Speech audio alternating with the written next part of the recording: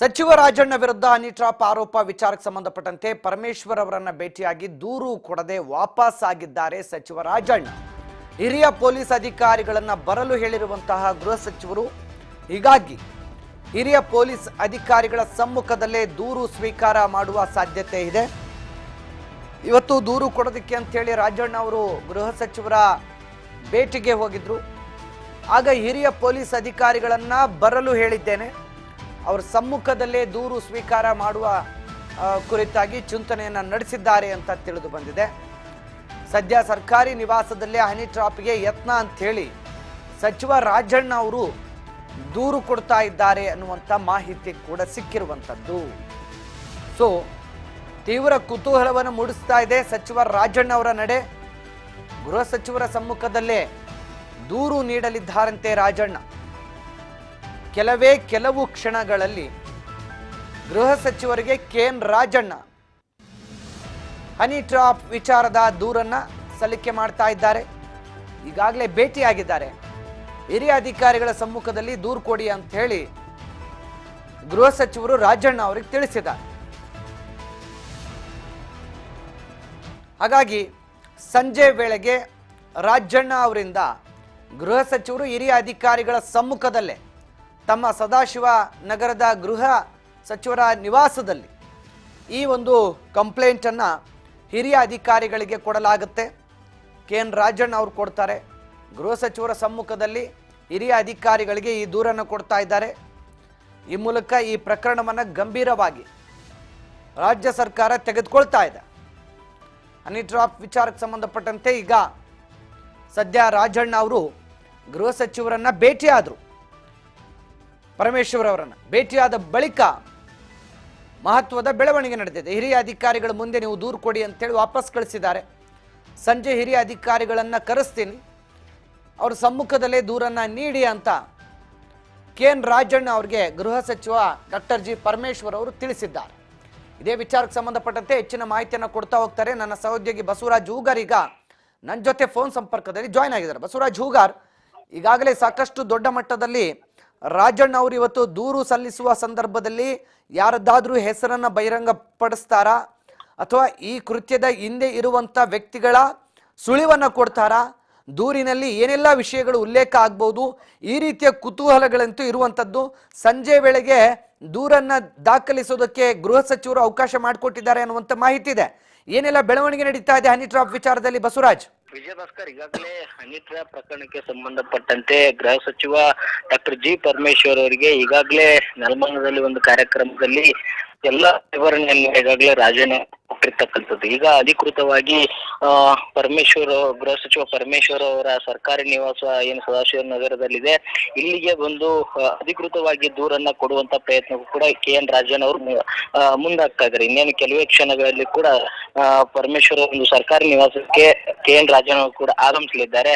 ಈಗಾಗಲೇ ಪರಮೇಶ್ವರ್ ಈಗಾಗಲೇ ಆಗಮಿಸಿದ್ದಾರೆ. ಹಾಗಾಗಿ ಕೆಲವಷ್ಟು ಏನು ಅಧಿಕೃತವಾಗಿರ್ತಕ್ಕಂಥ ದೂರು ಕೊಟ್ಟ ಬಳಿಕವೇ ನಾವು ಪ್ರಕರಣವನ್ನ ಕೈಗೆತ್ಕೊಳ್ತೇವೆ, ತನಿಖೆ ನಡೆಸ್ತೇವೆ ಅನ್ನುವಂತ ಮಾತನ್ನು ಕೂಡ ಪರಮೇಶ್ವರ್ ಅವರು ಹೇಳಿದ್ರು. ಹಾಗಾಗಿ ರಾಜಣ್ಣ ಅವರ ಬಳಿ ಕೆಲವೊಂದಿಷ್ಟು ಪುರಾವೆಗಳು ಕೂಡ ಇದಾವೆ ಅನ್ನುವಂಥದ್ದನ್ನು ಕೂಡ ಅವರೇ ವಿಧಾನಸಭೆಯ ಕಲಾಪದಲ್ಲಿ ಅವರು ಪ್ರಸ್ತಾಪ ಮಾಡಿದ್ದ ಸಂದರ್ಭದಲ್ಲಿ ಕೂಡ ಹೇಳಿದ್ರು. ಈ ಒಂದು ನಿಟ್ಟಿನಲ್ಲಿ ಇದೀಗ ಕುತೂಹಲಕ್ಕೆ ಎಡೆ ಮಾಡಿಕೊಡ್ತಾ ಇದೆ ಏನಂತಂದ್ರೆ, ಈಗಾಗಲೇ ಯಾವ ಪುರಾವೆಗಳು ಕೆಎನ್ ರಾಜಣ್ಣ ಅವ್ರ ಬಳಿ ಇದಾವೆ, ಆ ಒಂದು ಏನ್ ಹನಿ ಟ್ರ್ಯಾಪ್ ಮಾಡ್ಲಿಕ್ಕೆ ಬಂದಿರತಕ್ಕಂಥವರ ಪರಿಚಯ ಅಥವಾ ಗುರುತು ಇವ್ರಿಗೆ ಇದೆ, ಅಥವಾ ಅವರ ಏನಾದ್ರೂ ಚಿತ್ರಗಳು ಇವ್ರ ಕಡೆ ಇದಾವ, ಅಥವಾ ಏನಾದ್ರೂ ಎವಿಡೆನ್ಸ್ಗಳು ಯಾವ ಪುರಾವೆಗಳು ಇದಾವೆ ಕೆಎನ್ ರಾಜಣ್ಣ ಅವರ ಬಳಿ ಅನ್ನುವಂಥದ್ದೇ ದೊಡ್ಡ ಮಟ್ಟಿಗೆ ಕುತೂಹಲ ಇದೆ. ಯಾಕಂತಂದ್ರೆ ದೂರು ಕೊಡುವಂತ ಸಂದರ್ಭದಲ್ಲಿ ಅವನ್ನೆಲ್ಲವನ್ನು ಕೂಡ ಕೊಡಬೇಕಾಗುತ್ತೆ.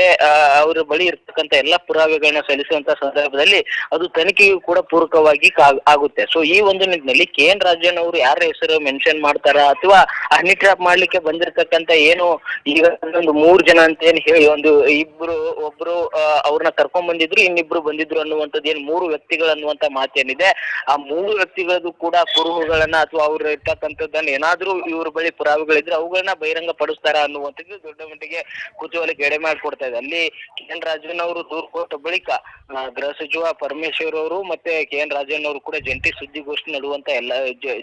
ಸುದ್ದಿಗೋಷ್ಠಿ ನಡೆಸುವಂತದ್ದು ಕೂಡ ಎಲ್ಲ ಸಾಧ್ಯತೆ ಇರುವಂತ ಈಗಾಗಲೇ ಅದಕ್ಕೆ ಸಕಲ ಸಿದ್ಧತೆ ಕೂಡ ನಡೀತಾ ಇದೆ ಪರಮೇಶ್ವರ್ ಸರ್ಕಾರಿ ನಿವಾಸದಲ್ಲಿ. ಸೊ ಹಾಗಾಗಿ ಸಾಕಷ್ಟು ಒಂದು ದೊಡ್ಡ ಮಟ್ಟಿಗೆ ಕುತೂಹಲಕ್ಕೆ ಎಡೆ ಮಾಡಿಕೊಡುತ್ತೆ KN ರಾಜಣ್ಣ ಅವರ ನಡೆ. ವಿಜಯ್ ಬಸವರಾಜ್, ಇಲ್ಲಿ ರಾಜಣ್ಣ ಅವರು ವಿಧಾನಸಭೆ ಅಧಿವೇಶನದಲ್ಲಿ ಮಾತಾಡಬೇಕಾದ್ರೆ ಸುಮಾರು 48 ಜನರ ಮೇಲೆ ಈ ರೀತಿ ಆಗಿರುವಂತಹ ಮಾಹಿತಿ ನನ್ನ ಬಳಿ ಇದೆ ಅಂತ ಹೇಳ್ತಾ ಇದ್ರು. ಅಂದ್ರೆ ಅಷ್ಟೂ ಜನರ ಕುರಿತಾಗಿ ಕೂಡ ಇಲ್ಲಿ ತನಿಖೆಗೆ ಒತ್ತಾಯ ಮಾಡ್ತಾರೋ ಅಥವಾ KN ರಾಜಣ್ಣ ಅವರು ವೈಯಕ್ತಿಕವಾಗಿ ತಮ್ಮ ಮೇಲೆ ಆಗಿರ್ತಕ್ಕಂಥ ಟ್ರಾಪ್ ವಿಚಾರಕ್ಕೆ ಮಾತ್ರ ಸಂಬಂಧಪಟ್ಟಂತೆ ಆರೋಪ ಮಾಡ್ತಾರೋ ಅನ್ನುವಂಥ ಕುತೂಹಲ ಇದೆ. ಏನಾದ್ರೂ ಸುಳಿವು ಸಿಕ್ಕಿದೆಯಾ ಈ ವಿಚಾರದಲ್ಲಿ ಅಂತ? ಈಗಾಗಲೇ ವಿಜಯ ಭಾಸ್ಕರ್ ನಮಗೆ ಸಿಕ್ಕಿರ್ತಕ್ಕಂತ ಮಾಹಿತಿಯ ಪ್ರಕಾರ KN ರಾಜಣ್ಣ ಅವರ ಬಳಿ ಏನ್ ಪುರಾವೆಗಳಿದಾವೆ ಅಂದ್ರೆ ಈಗ 48 ಜನರ ಮೇಲೂ ಕೂಡ 48 ಜನರು ಕೂಡ ಹನಿ ಟ್ರ್ಯಾಪ್ ಮಾಡುವಂತ ಪ್ರಯತ್ನ ಆಗಿದೆ, ಅದು ರಾಜ್ಯದಿಂದ ರಾಷ್ಟ್ರ ಮಟ್ಟದವರೆಗೂ ಇರುವಂತಹ ನಾಯಕರು ಅನ್ನುವಂತಹ ಹೇಳಿಕೆಯನ್ನು ಕೊಟ್ಟಿದ್ದಾರೆ.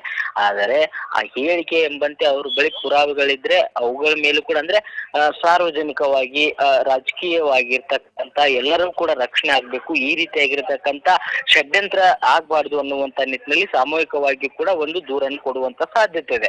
ಒಂದು ವೇಳೆ ಆ ಒಂದು ಯಾವುದೇ ರೀತಿ ಅವರ ಬಳಿ ಎವಿಡೆನ್ಸ್ ಇಲ್ಲ ಅಂತಂದ್ರೆ ಅವರಿಗೆ ಏನು ಹನಿ ಟ್ರ್ಯಾಪ್ ಮಾಡುವಂತ ಪ್ರಯತ್ನ ಏನ್ ನಡೆದಿತ್ತು ಅದಕ್ಕೆ ಸಂಬಂಧಪಟ್ಟಂತ ಪುರಾವೆಗಳು ಕೂಡ KN ರಾಜಣ್ಣ ಅವ್ರ ಬಳಿ ಇದಾವೆ ಅನ್ನುವಂಥದ್ದು ಗೊತ್ತಾಗ್ತಾ ಇದೆ. ಸೊ ಹಾಗಾಗಿ ಅವರ ಒಂದು ದೂರನ್ನು ಕೂಡ ಖುದ್ದಾಗಿ ಅವ್ರಿಗೆ ಈ ರೀತಿಯಾಗಿ ಅಟೆಂಪ್ಟ್ ಆಗಿದೆ, ಅದಕ್ಕೆ ಸಂಬಂಧಪಟ್ಟಂತ ಪುರಾವೆಗಳು ಕೂಡ ನಾವು ಸಲ್ಲಿಸ್ತೇವೆ. ಹಾಗಾಗಿ ಇದು ಕೂಡಲೇ ಸಮಗ್ರ ತನಿಖೆ ಆಗ್ಬೇಕು. ದೊಡ್ಡ ಮಟ್ಟದಲ್ಲಿ ನೀವು ಯಾವ ತನಿಖೆ ಮಾಡ್ತಿರೋ ಗೊತ್ತಿಲ್ಲ, ಇದ್ರ ಹಿಂದಿರ್ತಕ್ಕಂತ ನಾಯಕರು ಯಾರು, ಇದರ ಉದ್ದೇಶವೇನು ಅನ್ನುವಂಥದ್ದು ಎಲ್ಲರಿಗೂ ಕೂಡ ಗೊತ್ತಾಗ್ಬೇಕು. ಅವ್ರಿಗೆ ಸೂಕ್ತವಾಗಿರ್ತಕ್ಕಂಥ ಒಂದಿಷ್ಟು ಶಿಕ್ಷೆ ಕೂಡ ಆಗ್ಬೇಕು ಅನ್ನುವಂಥದ್ದೇ KN ರಾಜಣ್ಣ ಅವರ ಮೂಲ ಉದ್ದೇಶ. ಹಾಗಾಗಿ ಇವತ್ತು ಅವರ ಒಂದು ಏನು ಹನಿ ಟ್ರ್ಯಾಪ್ ಮಾಡುವಂತ ಪ್ರಯತ್ನ ಆಗಿತ್ತು ಆ ಬಗ್ಗೆ ದೂರು ಕೊಡುವಂತದ್ದೇ ಎಲ್ಲ ಸಾಧ್ಯತೆ ಇದೆ. ವಿಜಯ್ ಥ್ಯಾಂಕ್ ಯು ಬಸವರಾಜ್ ತಮ್ಮೆಲ್ಲ ಮಾಹಿತಿಗಾಗಿ. ಒಟ್ಟಿನಲ್ಲಿ ಸದ್ಯ ರಾಜ್ಯ ರಾಜಕೀಯದಲ್ಲಿ ಭಾರಿ ದೊಡ್ಡ ಮಟ್ಟದ ಹಲ್ಚಲನ್ನು ಎಬ್ಬಿಸಿದಂಥ ವಿಷಯ ಇದು. ಸೊ ಹಿನ್ನೆಲೆ ಸದ್ಯ ದೂರನ್ನು ದಾಖಲಿಸಲು ಇವತ್ತು KN ರಾಜಣ್ಣ ಅವರು ಮುಂದಾಗಿದ್ದಾರೆ. ಇವತ್ತು ದೂರು ದಾಖಲಿಸುವಂಥ ಸಂದರ್ಭದಲ್ಲಿ ಏನೆಲ್ಲ ಮಾಹಿತಿಗಳನ್ನು ಪೊಲೀಸ್ ಅಧಿಕಾರಿಗಳಿಗೆ ಕೊಡ್ತಾರೆ ಅನ್ನೋದು ಬಹಳ ಈಗಿರುವಂಥ ಕುತೂಹಲಕಾರಿ.